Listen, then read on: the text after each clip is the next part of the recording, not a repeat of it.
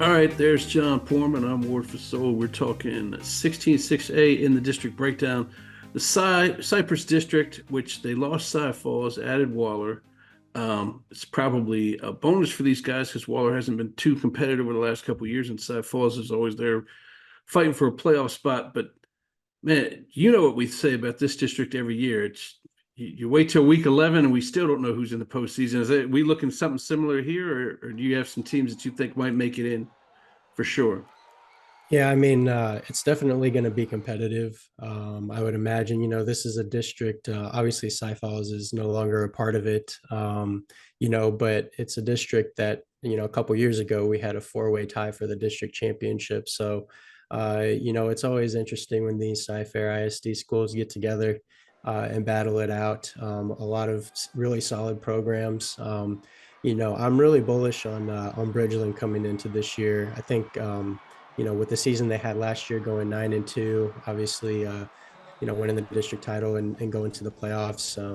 I think what Coach Lonnie Madison has done there in his short tenure has been really great. Obviously, he, has continued on the winning tradition. Bridgeland is a young program, relatively speaking, but, they've had a lot of success, of course, previously with some guy named Connor Wegman at quarterback. But, now they've continued that success. They've built that winning culture that's continued under Madison. And so, I really like their chances, coming back this year. Cypress Springs, I mean, what a story.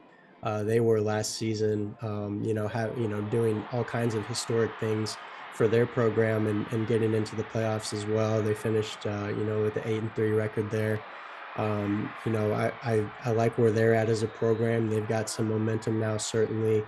Cypress Ranch is always a really solid program. They're going to have a new coach and Coach Blaylock there. And same goes for Cy Woods. They're always a really solid program and right there in the mix as well. So, top to bottom, I think district is going to be really competitive, despite the loss of a really strong program like Cypress Falls. Yeah, those four teams that you mentioned seem like odds-on favorites as playoff teams. Les Langham Creek has something to say about it. And there's some individual players. You talk about Bridgeland; they got two of the best offensive linemen, not only in the district but obviously in the state, especially with Ryan Fadji, probably one of the highest recruited offensive linemen out there. Besides somebody we'll talk about in two districts from now, Houston Lamar with Odoms, but. And then you look at Cy Ranch, and this is a guy you wrote on. I think you might have been at the game that Owen Cossett, where he threw 8 touchdowns and 4 million yards, whatever it was. It was a heck of an outing. Then you talk about Cy Springs, and they got those twin wide receivers that the Richardson brothers. So there's individuals in this district that can really make some things happen.